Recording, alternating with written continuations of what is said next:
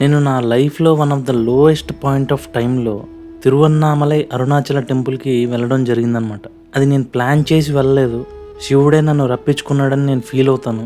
అది ఎలా జరిగిందంటే, ఆ రోజు కార్తీక పౌర్ణమి. ముందు రోజు నేను తిరుపతి వెళ్ళడం జరిగింది. వెంకటేశ్వర స్వామిని దర్శించుకున్నాను.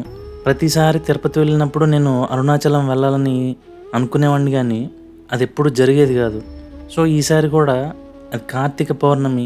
అక్కడ పెద్ద ఫెస్టివల్ జరుగుద్దనమాట. కార్తీక మహాదీపం అని ఒకటి వెలిగిస్తారు.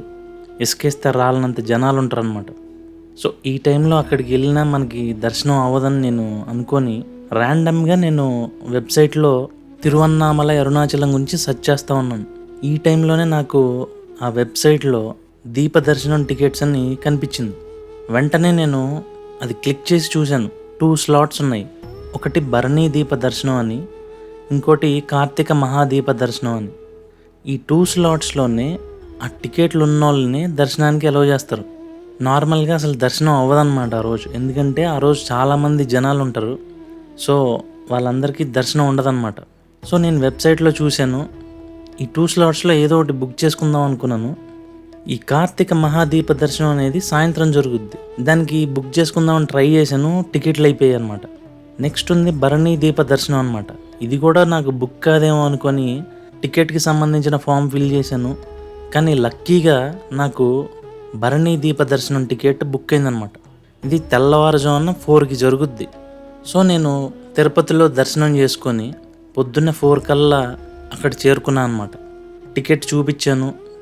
వాళ్ళు నన్ను లోపలికి అలౌ చేశారు. అప్పటికే లోపల చాలామంది జనాలు ఉన్నారనమాట. నేను కొంచెం లేటుగా రావడం వల్ల నన్ను వెనకాల కూర్చోబెట్టారు.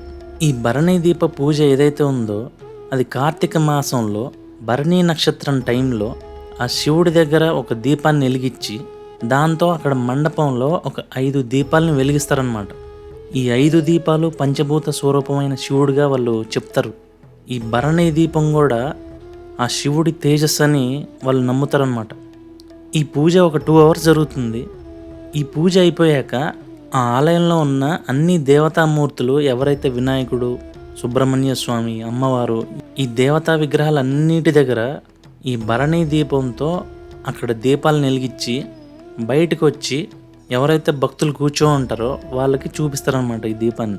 ఈ దీపాన్ని దర్శించుకున్న వాళ్ళకి చాలా పుణ్యం అని చెప్తారు. తిరువన్నామలై గుడిలో ఉన్న దేవతామూర్తులందరికీ ఆ దీపాలని చూపించి అక్కడ దీపాలను వెలిగించి మళ్ళీ తీసుకెళ్ళి ఆలయ గర్భగుడిలోనే ఉంచుతారు. ఈ భరణీ దీపంతోనే ఆ రోజు సాయంత్రం తిరువన్నామలై కొండ మీద కార్తీక దీపం అనేది ఒకటి వెలిగిస్తారనమాట. మీరు చూడొచ్చు, ఆ దీపం చాలా పెద్దగా ఉంటుంది. ఇది చూడడానికి చాలామంది జనాలు వస్తారు. ఇసుకేస్తే రాలనంత జనాలు ఉంటారనమాట. ఈ భరణీ దీపంతోనే ఆ దీపాన్ని వెలిగిస్తారనమాట. సో, నేను కూడా వెళ్ళి అక్కడ కూర్చున్నాను 2 అవర్స్. సో, ఆ పూజ అయిపోయింది. ఈ భరణీ దీపాన్ని బయటికి తీసుకొచ్చి భక్తులకి చూపించారు. ఈలోపు అక్కడ ఏమైందంటే, అక్కడ కూర్చున్న జనాలందరూ ఒక్కసారిగా లేచి నించున్నారు. లేచి నించునేసరికి నాకు ఆ దీపం కనిపించలేదన్నమాట. నేను చాలా డిసప్పాయింట్ అయ్యా. ఇంత దూరం వచ్చాను ఆ దీపాన్ని చూడడానికి, నాకేమో కనిపించలేదని ఫీల్ అయ్యాను. ఇంకా అక్కడ కూర్చున్న భక్తులందరినీ దర్శనానికి వదిలిపెట్టారు. సో, నేను దర్శనం చేసుకుందామని లైన్లో వెళ్తూ ఉన్నాను. మొత్తం పూలతో డెకరేషన్ చేశారు. మీరు చూడొచ్చు ఎంత బ్యూటిఫుల్గా ఉందంటే గుడి. ఈలోపు మీరు నమ్ముతారో నమ్మరో, నేను ఇది ఒక మెరాకిల్గా ఫీల్ అవుతాను. నేను ఏ దీపం అయితే నేను చూడలేదని ఫీల్ అయ్యానో, ఆ దీపాన్ని ఆ ఆలయ హెడ్ ఎవరైతే ఉన్నారో ఆయన మంగళ వాయిద్యాలతో ఆ దీపాన్ని పట్టుకొని నా సైడే వచ్చి నేను నించున్న దగ్గర ఒక దేవతా మూర్తి ఉంది. ఆ మూర్తి దగ్గర పూజ చేసి అక్కడ దీపాలను వెలిగించి గర్భగుడిలోకి వెళ్ళిపోయారనమాట. నేను ఇది చాలా హ్యాపీగా ఫీల్ అయ్యాను అనమాట. అంటే నేను ఏదైతే ఫీల్ అయ్యానో దూరం నుంచి చూసినా చాలా అనుకున్నాను, కానీ ఆ దీపమే నా దగ్గరకు వచ్చింది. ఇది నేను నిజంగా శివుడి మహిమ అని ఫీల్ అవుతాను. వాళ్ళు తీసుకొస్తుంటే ఆ దీపాన్ని నేను కళ్ళగద్దుకున్నాను.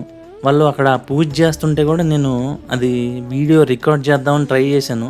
కానీ అక్కడ ఉన్న ఒకతను నా కెమెరాని తోసేసాడు అనమాట. అది కింద పడింది, కానీ కెమెరాకి ఏం అవ్వలేదు లక్కీగా. నేనున్న లోయెస్ట్ పాయింట్లో నాకు ఇది చాలా హ్యాపీనెస్ ఇచ్చింది. ఇది నేను నిజంగా దేవుడి బ్లెస్సింగ్గా ఫీల్ అయ్యాను. గర్భగుడిలో దీపాల మధ్యలో ఆ అరుణాచల శివుడిని దర్శించుకొని చాలా హ్యాపీగా నేను బయటకు వచ్చాను అనమాట. బయటకు వచ్చాక నాకు అనిపించింది, ఈరోజు కార్తీక పౌర్ణమి, గుళ్ళో దీపం వెలిగిస్తే చాలా మంచిది కదా అని నేను అనుకున్నాను. కానీ నేను వచ్చేటప్పుడు దీపాన్ని తెచ్చుకోలేదు. ఈ టైంలోనే అక్కడ ఒక ఆవిడ ఆమె దీపాన్ని వెలిగిస్తూ ఉంది. ఆమె దగ్గర ఎక్స్ట్రా ఉంటే ఆమె నాకు ఇచ్చింది. నేను కూడా అక్కడ దీపాన్ని వెలిగించి బయటకు వచ్చాను అనమాట. తెల్లవారుజామున 6ంటికి. మీరు చూడొచ్చు ఎంత బ్యూటిఫుల్గా ఉందో తిరువన్నామలై. ఆ కొండ మీద ఆ మంచు, పీస్ఫుల్ వాతావరణం అనమాట. మీరు చూడొచ్చు బయట ఎంతమంది జనాలు ఉన్నారో. ఆ రోజు కార్తీక పౌర్ణమి రోజు గిరి ప్రదక్షిణ చేస్తే చాలా మంచిదని చెప్తారు కాబట్టి అక్కడ చాలామంది గిరి ప్రదక్షిణ చేయడానికి వస్తారు. ఈ గిరి ప్రదక్షిణ చేసే వాళ్ళ కోసం అన్నదానాలు కూడా జరుగుతాయి అన్నమాట. అక్కడ భక్తులకి అన్నదానం చేస్తే పుణ్యం అని చాలామంది అక్కడ అడుగడుక్కి అన్నదానాలు చేస్తున్నారు.